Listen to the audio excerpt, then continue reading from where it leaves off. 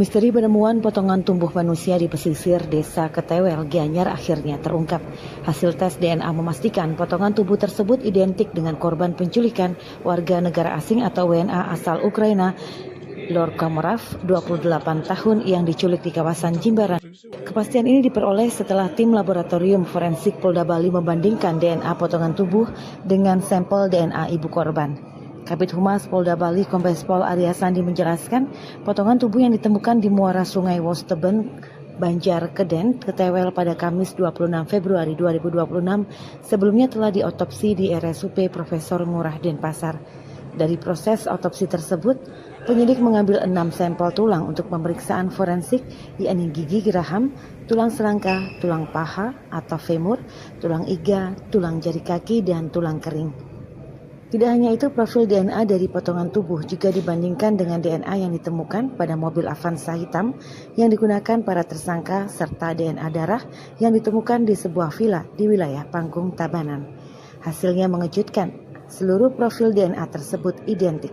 Selain itu, perbandingan dengan DNA ibu korban juga menunjukkan kecocokan dengan probabilitas mencapai 99,99%.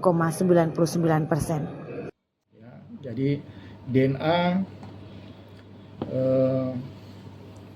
yang ditemukan pada gigi geraham, tulang selangka, potongan tulang paha, tulang iga, tulang jari, dan potongan tulang kering yang tadinya milik Mr. X adalah benar berhasil dianalisis berasal dari individu laki-laki, ya, kromosom XY. Jadi potongan-potongan itu berasal dari individu laki-laki yang sama.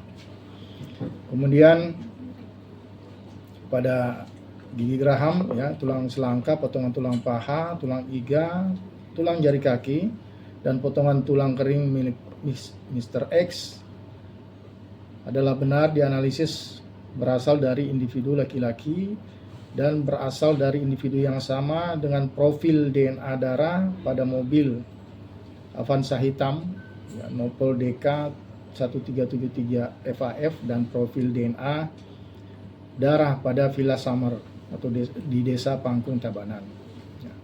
Nah, perbandingan dari hasil profil DNA tersebut dapat disimpulkan bahwa alel maternal dari profil DNA ibu korban adalah cocok dengan alel material dari profil DNA darah pada mobil Avanza hitam, profil darah pada Villa Summer di Tabanan, dan hasil profil DNA pada ke-6 sampel tulang yang sudah kita periksa tadi.